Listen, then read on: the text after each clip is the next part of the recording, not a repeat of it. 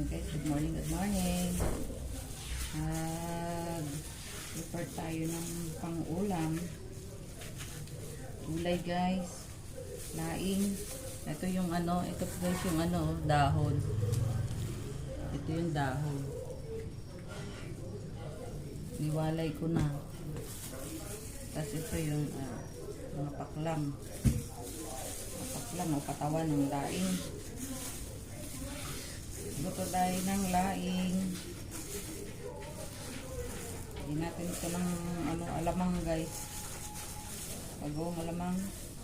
Ginamos. Ginamos nga sa ibang lugar.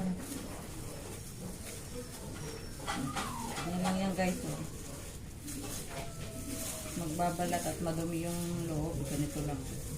Panglinis.